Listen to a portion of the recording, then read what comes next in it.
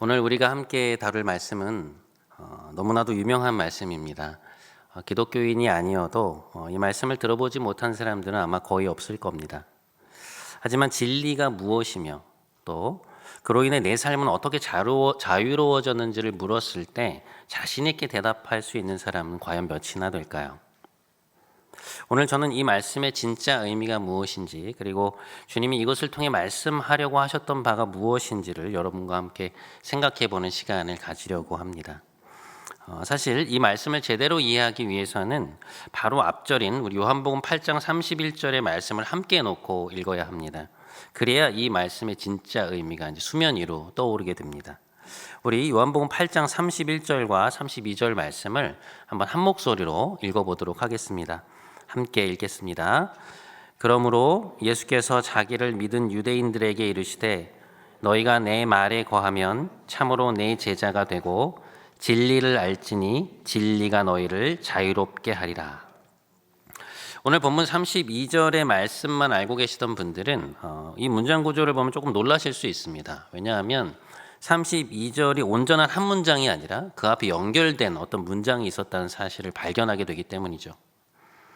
우리는 보통 진리가 너희를 자유롭게 하리라는 이 말씀만을 떼어서 사용하기 때문에 그 앞에 연결되어 있는 문장이 있다는 사실을 인지하지 못합니다.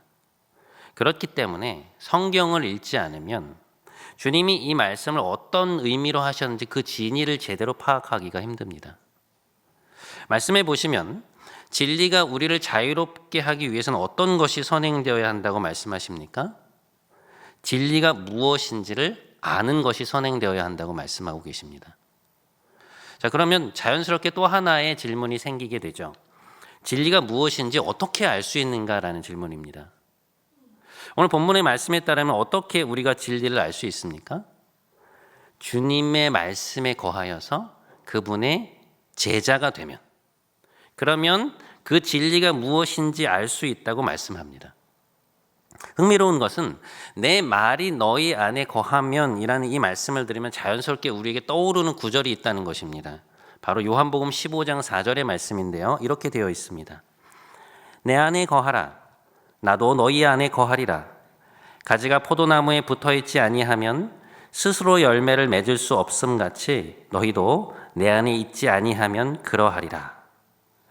주님의 말씀이 우리 안에 거한다라는 말이 어떤 뜻을 담고 있냐면 결국 내가 너희 안에 거한다라는 뜻을 갖고 있습니다. 그리고 주님은 그분이 우리 안에 거하신다고 말씀하실 때 항상 일방적인 내주를 말씀하지 않으세요. 어떻게 말씀하시냐면 항상 너희도 내 안에 거해야 된다라는 말씀을 하십니다. 그러니까 서로가 서로의 삶에 함께 거주하는 상호 연합을 염두에 두고 계신 것이죠. 삼위일체 하나님의 삶 속에서 그분들이 보여주고 계신 그 사랑의 삶을 보여주고 계시는 것입니다.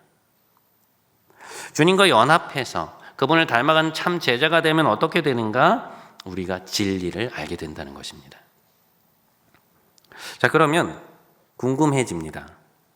주님과의 인격적 연합을 통해 알게 되는 이 진리는 도대체 뭐냐? 요한복음 14장 6절의 말씀이 그것을 우리에게 말해주고 있습니다. 한번 함께 읽어보시겠습니다. 시작. 예수께서 이르시되 내가 곧 길이요 진리요 생명이니 나로 말미암지 않고는 아버지께로 올 자가 없느니라. 여러분, 진리가 누구이십니까?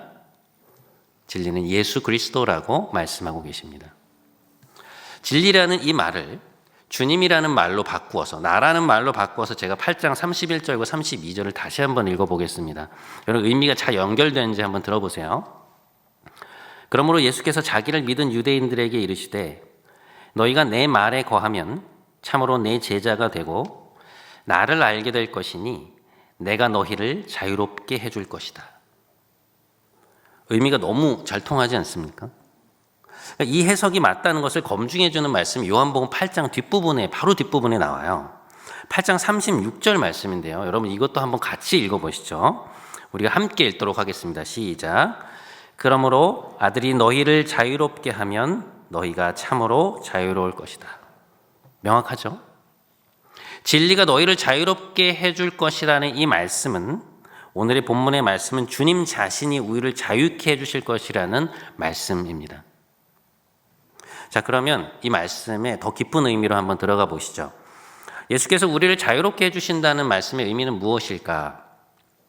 먼저 우리는 이 말씀을 하시면서 주님이 염두에 두고 계신 것을 좀 생각해 볼 필요가 있어요. 주님이 우리를 자유롭게 해주실 것이라는 말씀은 무엇인가? 우리가 무엇인가에 묶여 있다는 것을 염두에 둔 말씀 아니겠습니까? 우리가 자유롭다면 굳이 이 말씀을 하실 필요가 뭐가 있겠어요? 이 말씀이 너무나도 유명하고 멋진 말씀이지만 정작 우리 개인의 삶에 그닥 와닿지 않는 이유가 저는 여기에 있다고 생각하는데요. 우리는 보통 우리가 자유롭지 않다고 생각하지 않습니다. 어딘가에 묶여있고 매여있다고 생각하지 않는 거예요. 예수님 당시 유대인들도 그렇게 생각했습니다. 그래서 요한복음 8장 33절에 보면 이 말씀을 들은 유대인들이 다음과 같이 말해요. 그들이 대답하였다. 우리는 아브라함의 자손이라 남의 종이 된 적이 없는데 어찌하여 우리가 자유롭게 되리라고 말하느냐. 무슨 이야기입니까? 자신들이 이미 자유롭다는 거예요. 그 누구에게도 종이 되어서 자유를 박탈당한 상태가 아닌데 자유롭게 해준다는 말이 이해가 안 되는 것이죠. 내가 하고 싶은 대로 다 하고 있는데 무슨 자유를 준다는 말이냐라고 생각하고 있는 것입니다. 그때 주님이 소위 그들의 뼈를 때리는 말씀을 하십니다. 관점이 완전히 달라요. 요한복음 8장 34절 말씀인데요. 우리 함께 읽겠습니다. 시작. 죄를 범하는 자마다 죄의 종이니라. 주님은 그들의 영적인 실상에 대해서 말씀하고 계십니다. 겉으로 보기에는 멀쩡해 보이지만 그들의 실상은 사실 죄에 의해 지배받고 있는 삶이라는 것이죠. 내가 너희를 자유롭게 하리라는 주님의 말씀을 이해하기 위해서는 죄를 범하는 자마다 죄의 종이라는 주님의 이 말씀을 우리가 좀 깊이 묵상해 볼 필요가 있어요. 원칙적으로 우리가 예수님을 나의 구원자로 받아들일 때 우리는 죄에서 해방이 됩니다. 하나님을 나의 주님으로 인정하고 받아들였기 때문에 나는 하나님께 속한 자가 되는 거예요. 하지만 우리의 삶의 실상을 보면 수많은 그리스도인들이 하나님의 다스림에 자신을 온전히 내놓고 있지 않기 때문에 우리 삶에는 여전히 죄의 영향력이 막강하게 작용하고 있습니다. 굉장히 실제적이고 강력합니다. 사도 바울은 로마서에서 우리 안에서 여전히 우리를 얽어매고 그 영향력을 행사하고 있는 그 힘의 실체에 대해서 다음과 같이 말해요. 나는 내 속에 선한 것이 깃들여 있지 않다는 것을 압니다. 내 안에 선을 행하려는 뜻은 있으나 정작 그것을 실행하지는 않기 때문입니다. 나는 내가 원하는 선한 일은 하지 않고 오히려 원하지 않는 악한 일을 합니다. 내가 해서는 안 되는 일을 하면 그것을 하는 것은 내가 아니라 내 속에 자리를 잡고 있는 죄입니다. 사도 바울은 이 말씀 속에서 머리로는 옳은 줄 아는데 실제 삶에서 그것을 행하지 못하는 우리의 무력함에 대해서 말하고 있습니다. 그러니까 계시된 말씀을 통해서 우리는 무엇이 선인지 알아요. 하나님을 이 세상에 그 무엇보다 사랑해야 된다는 것을 압니다. 내 이웃을 내 몸과 같이 사랑해야 된다는 것을 알아요. 잘못한 상대방에게 관용을 베풀 용서해야 된다는 것을 머릿속으로 알고 있어요. 하지만 알고 있는 그대로 우리가 행하지 못할 때가 너무나 많죠. 그런 우리의 연약함, 그리고 우리 안에서 우리를 자꾸만 그쪽으로 추동해가는 어떤 실체적인 힘에 대해서 사도 바울은 그것을 죄라는 말로 표현하고 있습니다. 부정하고 싶지만 부인할 수 없는 현실은 뭐냐면 우리가 예수님을 믿어도 그분의 다스림에 우리의 생각, 마음, 뜻을 내려놓지 않잖아요. 내어드리지 않잖아요. 그러면 그분의 선한 다스림이 우리의 삶에 유효하지 않아요. 유효하게 작용하지 않습니다. 예수님을 믿음으로 하나님과의 관계는 회복되었지만 여전히 우리의 현실은 죄의 영향력에서 벗어나지 못하고 있는 거예요. 예를 들어 볼게요. 우리가 우리의 인생을 하나님의 손에 전적으로 의탁하지 않기 때문에 우리 삶에는 수시로 두려움이 찾아옵니다. 내 미래와 안전을 하나님이 지켜주시는 것이 아니라 내가 확보해야 된다고 생각하기 때문에 나의 컨트롤이 벗어나는 일이 생기면 우리는 엄청난 두려움이 밀려옵니다. 그리고 그것이 우리를 굉장히 위축시키죠. 끊임없이 탐심과 성적인 욕구와 같은 육체적인 정욕에 휘둘려요. 그걸 제어하기가 힘들죠. 끊임없이 자기를 합리화하고 그 감정과 욕구가 원하는 대로 그것을 채우는 방향으로 행동합니다. 사소한 일에 분노할 때도 많죠. 용서하라는 말씀을 계속 듣지만 우리는 우리의 그 분노의 감정이 정당하다고 생각해요. 사람을 머릿속으로 몇 번이나 죽이는지 모릅니다. 그 감정에 휘둘려서 안갚음을 하거나 아무 잘못도 없는 사람에게 화를 낼 때도 있습니다. 다른 사람이 가진 것과 이룬 것을 바라보면서 질투를 하다가 나의 내면이 바닥을 치기도 하죠. 사람들에게 인정받고 싶고 사랑받고 싶은 그 욕구로 인해서 있는 그대로의 나로 다가가지 못하고 가면을 쓰고 살아가게 됩니다. 아첨하는 말로 그 사람에게 호의를 얻으려 하거나 아니면 정죄하고 비판하는 말로 그를 위협해서 내 뜻대로 조정하려고 하죠. 이런 모습들이 오늘날 수많은 이들이 살아가는 일상이요, 그들의 내면입니다. 그리스도인들이라고 해서 크게 다르지 않아요. 나의 내면이 죄들에 지배당하고 있는 것입니다. 문제는 뭐냐면 우리가 그것이 나의 자유로운 선택이라고 생각하는 거예요. 죄의 영향력 아래 내 의지가 영향을 받고 있음에도 불구하고 잘 몰라요.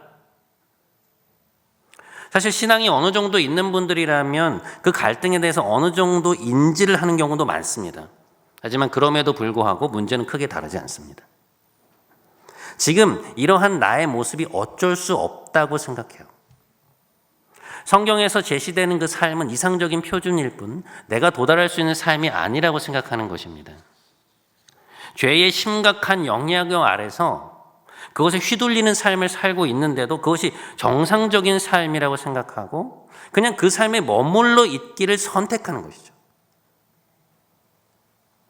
제가 보기에 이것은 현대를 살아가는 그리스도인들에게 거의 재난에 가까운 일이에요. 주님을 믿고도 창조주 하나님을 나의 삶에 받아들이고도 진정으로 자유케 된 경험이 없기에 진리가 너희를 자유케 하라는 말씀의 의미가 깨달아지지 않는 거예요. 그 결과 발생한 현상이 무엇이냐? 경건의 모양은 있으나 경건의 능력을 부인하는 사람들이 됩니다. 마태복음 11장 28절에서 30절까지의 말씀이 이해가 되지 않아요. 수고하고 무거운 짐진 자들아 다 내게로 오라. 내가 너희를 쉬게 하리라. 나의 멍에를 메고 내게 배우라. 그리하면 너희 마음이 쉼을 얻으리니 내 멍에는 쉽고 내 짐은 가벼움이라. 믿는 자들이 누리는 안식과 자유의 삶에 대한 이 위대한 비전을 10수년간 읽으면서도 잘 이해가 되지 않아요. 그 중에서도 내 멍에는 쉽고 내 짐은 가볍다는 말씀이 제일 와닿지 않습니다. 주님의 말씀들을 따르면서 그분의 방식대로 살아가는 삶이 쉽고 가볍다는 말씀에 심지어 피식 웃음이 나와요. 아, 주님 참 농담도 잘하시네. 어떻게 주님의 멍에가 쉽다고 말씀하시나? 예수님께 가면 마음의 쉼을 얻는다고 하는데 나는 왜 이렇게 날마다 마음이 피곤할까? 여러분, 뭔가 잘못된 거예요. 그 말씀이 잘못된 게 아니고요. 내 삶이 뭔가가 잘못된 것입니다. 예수님을 믿고 신앙생활을 하고 있는데도 마음에 쉼이 없고 주님이 나를 자유케 하신다는 고백이 나의 입술에서 쉽사리 나오지 않는다면 다시 한번 말씀드리지만 그것은 정상적인 삶이 아닙니다. 우리와 똑같은 본성을 가졌던 신약 성경의 저자들이 예수 그리스도와의 연합을 통해서 실제로 누렸던 그 삶의 근처에도 못 가보고 있는 거예요. 지난 2000년 동안 그 풍성한 삶을 누렸던 헤아릴 수 없는 우리의 믿음의 선배들의 삶이 우리에게는 증거로 존재하고 있습니다. 바울, 베드로, 어거스틴, 프란체스코, 깔뱅, 웨슬리, 조나단 에드워드, 존 뉴턴, 유진 피터슨, 손양원, 한경직. 수많은 이들이 진리가 너희를 자유케 하리라는 이 말씀의 증인들이에요. 그들의 책을 조금만 살펴보아도, 그들의 삶을 조금만 보아도 우리는 그리스도 안에서 엄청난 자유와 영혼의 쉼을 누렸던 그들의 삶을 엿볼 수 있습니다. 자, 그러면 질문은 이것이죠. 어떻게 해야 될까? 우리는 어디서부터 다시 시작해야 하는가? 기본으로 돌아가야 합니다. 주님께서 3년간의 공적 생애를 시작하시면서 처음으로 선포하셨던 그 말씀에서 힌트를 찾아볼 수 있어요. 마가복음 1장 14절 15절 말씀인데요. 저희가 한 목소리로 좀 함께 읽어보겠습니다. 함께 읽겠습니다. 시작. 요한이 잡힌 후 때가 찼고 하나님의 나라가 가까이 왔으니 회개하고 복음을 믿으라. 자, 이 말씀에서 우리가 눈여겨보아야 하는 단어는 나라라고 하는 단어예요. 대학생 시절에 제가 악의 문제에 대한 책을 읽다가 가장 이해되지 않았던 말이 하나 있었는데요. 그게 뭔가 하면 하나님도 하실 수 없는 일이 있다라는 말이었습니다. 그 하나님이 하실 수 없는 일이 뭐냐? 우리의 마음을 억지로 바꾸실 수 없다는 거예요. 근데 저는 그 말이 이해가 되지 않았어요. 하나님이 하실 수 없는 일이 있다니. 이 책의 저자가 뭔가 잘못 이야기하고 있는 것 아닌가. 말하려는 요지가 잘 이해가 되지 않았습니다. 그런데 지금에 와서 생각해보면 그 말이 이해가 돼요. 하나님이 하실 수 없는 일이 있다기보다 하나님이 하시지 않는 일, 하나님이 결코 하려고 하시지 않는 일이 있다라고 표현하는 것이 더 정확할 거예요. 그게 뭐냐? 우리 인격의 중심인 의지를, 우리의 의지를 억지로 꺾고 우리를 지배하시는 일입니다. 여러분, 인간은 누구나 예외 없이 자신의 나라를 가지고 있어요. 나의 선택으로 좌우되는 나만의 영역, 다시 말해서 우리의 의지와 뜻이 유효한 영역이라고 볼 수 있어요. 하나님이 인간을 창조하실 때 핵심으로 두신 부분이 어디냐면 바로 이 의지라는 부분입니다. 그러니까 무엇인가를 자율적으로 다스리고 지배하는 우리 영혼의 핵심이라고 볼 수 있어요. 의지를 통해서 움직이고 생각하고 행동하는 능력이 제거되면 인간은 인간일 수 없는 거예요. 그런 의미에서 만일 하나님이 우리 인격의 핵심을 구성하는 이 의지를 억지로 꺾고 들어오셔서 우리를 굴복시키신다면 하나님은 자발적인 의지로 그분과 사랑의 교제를 나누도록 창조하신 우리의 존재 자체를 무력화시키시는 거예요. 자신의 창조를 부인하시는 셈이 되는 것입니다. 그래서 하나님은 하실 수 있지만 우리의 나라를, 우리의 의지를 억지로 빼앗지 않으신다는 것이죠. 우리가 스스로 하나님이 다스리는 그 영역, 하나님의 나라로 들어오기를 초청하시고 권면하시고 설득하시는 것입니다. 자, 그런 맥락에서 볼 때 하나님 나라가 너희 삶에 왔으니 회개하고 복음을 믿으라는 이 말씀은 무슨 뜻일까? 주님과의 인격적인 교제 속에서 임하는 그분의 다스림을 기꺼이 수용하는, 그러니까 하나님 나라 안에서의 삶을 살아가라는 거예요. 이전에는 너의 나라를 주장하면서 살았다면 이제는 결과적으로 죄의 욕구를 선택하는 너의 뜻보다 나의 뜻이 유효한, 나의 뜻이 너에게 더 유익한 것임을 깨닫고 너의 의지로 나의 다스림을 기꺼이 받아들이는 그 삶을 살라는 것입니다. 더 이상 너의 나라에서 살지 말고 나의 나라에서 살아가라고 하시는 그 초청인 거예요. 그런데 이 지점에서 우리가 항상 던지게 되는 질문이 하나 있죠. 하지만 주님, 그러면 제 나라를 포기하고 주님의 나라로 들어가 버리면 제 자유가 없어져 버리는 건 아닙니까? 제 뜻을 포기하고 주님 뜻을 따르면서 사는 것이 무슨 자유입니까? 그런 질문이 생기는 것이죠. 여러분, 그런데 이것은 자유라는 개념의 본질을 오해한 데서 비롯된 생각이에요. 우리는 흔히 자유라고 하면 아무런 규제나 제약이 없는 상태라고 생각하죠. 선택과 행동에 제한이 없는 거예요. 그래서 무엇이든지 원하는 대로 다 할 수 있어야만 자유롭다고 생각합니다. 하지만 자유라는 것은 본래 하나의 자유를 누리기 위해서 어떤 제약을 받아들이는 거예요. 여러분, 우리나라의 수많은 입시생들을 한번 생각해 보세요. 대학 입시로부터 시작해서 각종 공무원, 또 회사 전문대학원에 이르기까지 자신의 목표를 위해서 공부하는 이들의 삶을 한번 생각해 보십시오. 그들에게 놀고 싶을 만큼 다 놀고, 만나고 싶은 사람들 다 만나고, 잠자고 싶은 만큼 다 잘 수 있는 자유가 있습니까? 없습니까? 있어요. 본인이 원하면 그렇게 할 수 있습니다. 그런데 뭐예요? 자기가 이루고 싶은 목표, 하고 싶은 일, 누리고 싶은 미래를 생각하면서 지금 자신이 누릴 수 있는 것을 절제하는 것이죠. 놀 수 있는 자유, 마음대로 잘 수 있는 자유, 쉴 수 있는 자유를 포기하고 삶에서 그 제약을 받아들이는 것입니다. 왜 그렇습니까? 이 제약을 받아들여야 나중에 자신이 훨씬 더 자신에게 유익하다고 생각되는 그것을 충분히 누릴 수 있기 때문이에요. 스포츠 분야든 예술 분야든 학문이든 사업이든 소위 정상에 서 있는 이들의 공통적인 특징이 뭔지 아세요? 내가 원하는 부분에서의 자유와 유익을 충분히 유기 위해서 그들이 뭘 하는지 아세요? 삶에서의 제약을 받아들이는 거예요. 내가 할 수 있는 다른 자유를 포기하는 것입니다. 자유의 본질이 그런 거예요. 아무런 제약도 없고 나의 선택과 행동에 어떠한 제한도 없는 것, 모든 것을 내 마음대로 다 할 수 있는 자유란 세상에 존재하지 않아요. 사도 바울이 이것을 딱 한 문장으로 이렇게 표현했습니다. 저는 굉장히 이 말이 멋지다고 생각하는데요. 모든 것이 가하나 모든 것이 유익한 것은 아니니라. 정리해 볼게요. 내 삶에 아무런 제약이 없는 게 자유가 아니고요.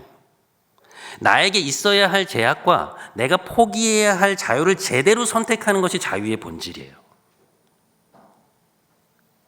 자, 그럼 다시금 여러분께 질문을 던져볼게요. 왜 주님은 하나님 나라 안에서의 삶이, 다시 말해서 내 나라를 포기하고 주님의 뜻을 따르는 삶이 우리를 자유롭게 한다고 말씀하시는 걸까? 우리가 하고 싶은 대로 하면서 다 사는 것이 자유지, 주님의 뜻을 받아들이면서 사는 게 무슨 자유인가?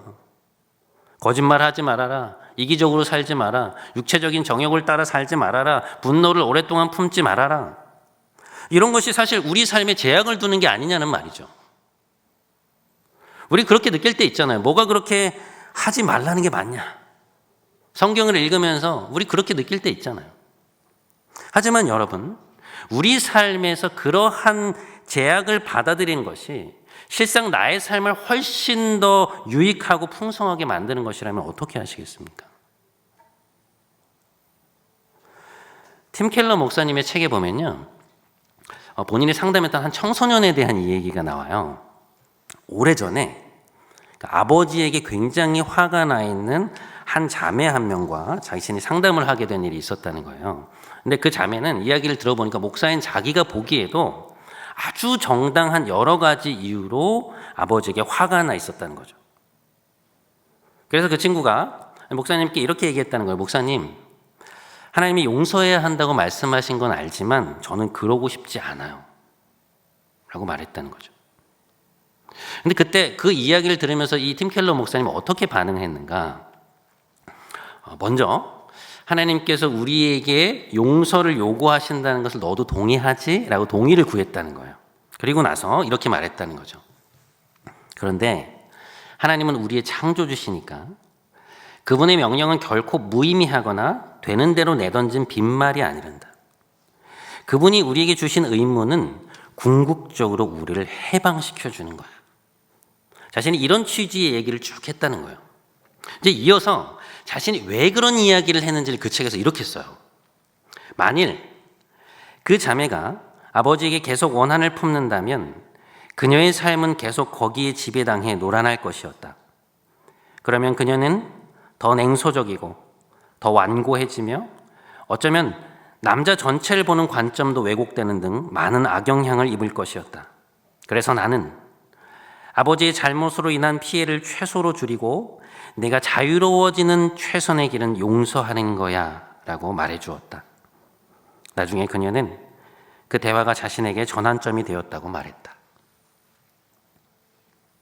여러분, 우리가 누군가에게 정당하게 화가 날 때가 있죠. 그 사람의 잘못으로 인해서 분노가 생겨요. 우리에게는 그 사람을 용서하지 않고 할 수 있는 방법을 최대한 동원해서 안갚음을 하든지 냉소적으로 그 사람을 미워할 수 있는 자유가 있죠.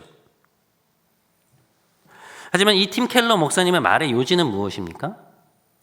우리가 하나님의 뜻이 아닌 내 의지대로 그 사람을 용서하지 않고 그 분노를 계속해서 내 마음에 품고 있으면 단기적으로는 속이 후련할지 몰라도, 안 갚음을 하고 나서 단기적으로 속이 후련할지 몰라도 결국에는 나의 삶에 해가 된다는 말이에요. 저희 집에 황갈색의 얇은 세터가 있어요. 근데 가을 같은 때 이제 난방을 안에 입고 겉에 그걸 입으라고 이제 아내가 사준 세터였는데요. 어느 날 입으려고 제가 보니까 몸에 너무 꽉 끼어서 제가 입을 수가 없는 거예요. 분명히 살 때 살짝 품이 있게 샀는데 그새 살이 이렇게 쪘나? 제가 그런 생각이 들었습니다. 근데 나중에 알고 보니 이 세터는 울 100%의 재질인 그러한 세터였어요. 그러니까 뜨거운 물로 빨면 안 되고요. 차가운 물에, 그리고 세탁기에 보면 울이라고 표시된 부분에 놓고 빨래를 빨아야 되는 거예요. 그런데 제가 그 디자인된 그 속성을 무시하고, 설계자의 의도를 무시하고 뜨거운 물에, 그것도 표준 세탁으로 다른 빨래들과 함께 돌리면서 그 옷이 이제 줄어든 것이었죠. 설계자의 의도를 무시하면 그런 일이 벌어지는 것입니다, 여러분. 여러분, 하나님의 명령은요, 들어도 되고 안 들어도 되는 게 아니에요. 그분은 우리를 창조하신 분이기 때문에 어떤 제약이 우리에게 유익한지를 너무나 잘 알고 계세요. 그 제약을 우리가 받아들인 것이 우리가 창조된 본연의 모습 그대로 그것을 충분히 누리면서 살아갈 수 있는 유일한 길입니다. 주님이 우리를 자유롭게 해주신다는 건 그런 의미인 거예요.